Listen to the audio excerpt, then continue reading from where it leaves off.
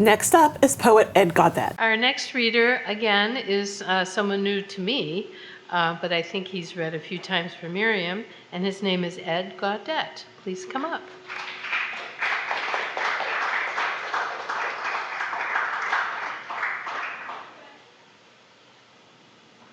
And I am not anti-male either. I just wanted to get that out there. All right, so I'm going to start with a new one I wrote. It's like 4 hours old. I became a grandparent a couple months ago. It's called Grandparenting, an apt title. To become the people one despises with their cooing and wooing and facial surprises is a wake-up call to embrace the racket of age without rage or losing one's face. It's no longer just two again, but three, less four, with dogs and frogs, doing the best we can. This is a special way of being alive while dying. His blue eyes and milk cries endear us even when he's peeing. We rock and burp and sing weird grunts all the while. He toots and soots and drools, his hair an old man's beard. We once had plans for Venice and France. Now we pine for his chubby chin and grin and check a clock as he leaves and brings back his little dance. All right. This is called Dear First Cheat. It's a love poem.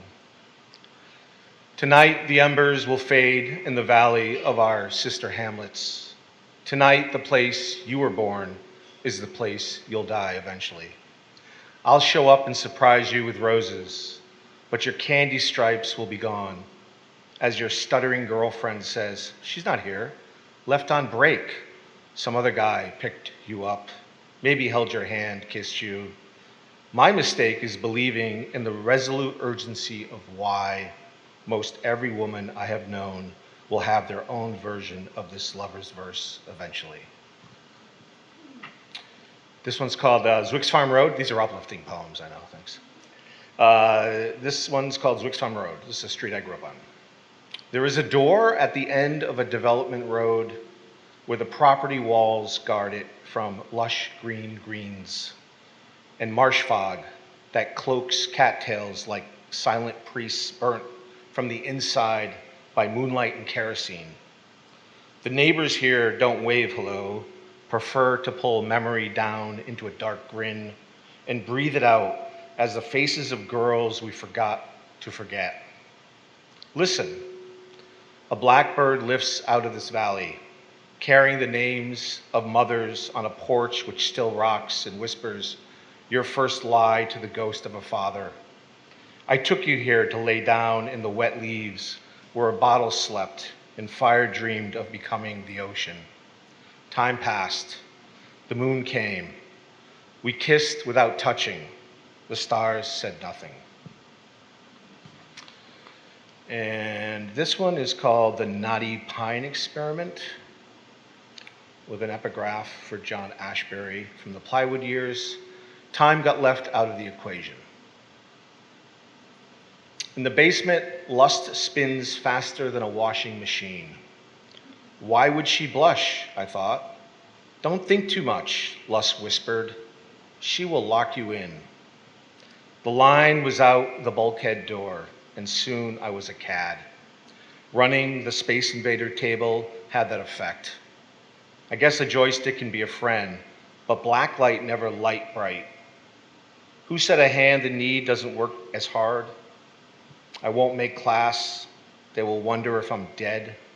Jack Keats said youth is wasted on beauty, but you are not a marble man, nor overwrought. The next night, they found me under the bleachers.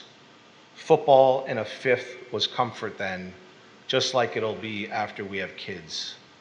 One purred at the cold, the other pursed, then exhaled.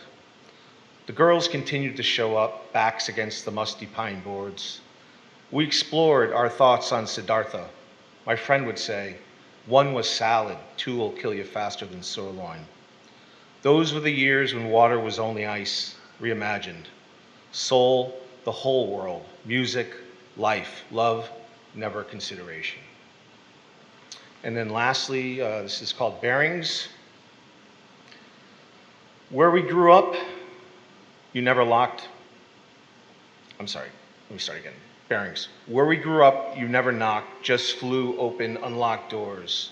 Ate Captain Crunch and Frankenberry with a friend cross-legged laughing at Wile E. Coyote while your parents woke up and made coffee. As a father, Art was knocking back several Johnny Walker Blacks after breaking his back all night at the Meriden plant making ball bearings for bicycle wheels and bomb sights, punching steel rods into formed raw balls faster than eye can see, grinding, heating ferro alloy into hard spherical precisions before driving home, boring down on us and nodding off to do it all over again. My sister escaped at 12 for the first time through her bedroom window and kept running until she turned 17 and came home to throw up every few hours. She told me she was pregnant the day we heard Elvis died while buying Pepto-Bismol, Cosmo, and Mad Magazine in a downtown Gettysburg pharmacy. The next year, we had to bear the blizzard of '78, which just hit after she delivered. My father, not having the stomach to talk about it, went on a three-day bender while Mom covered the living room furniture in plastic. And the town lost power, made it hard to read comics and play Atari.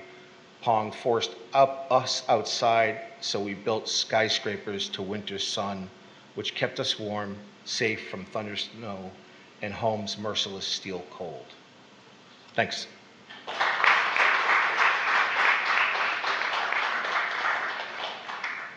Thank you, Ed.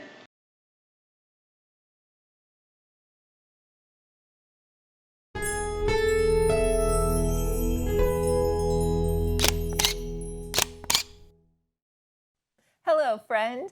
If you enjoyed this video, please think about scanning the QR code and making a contribution to the local scene.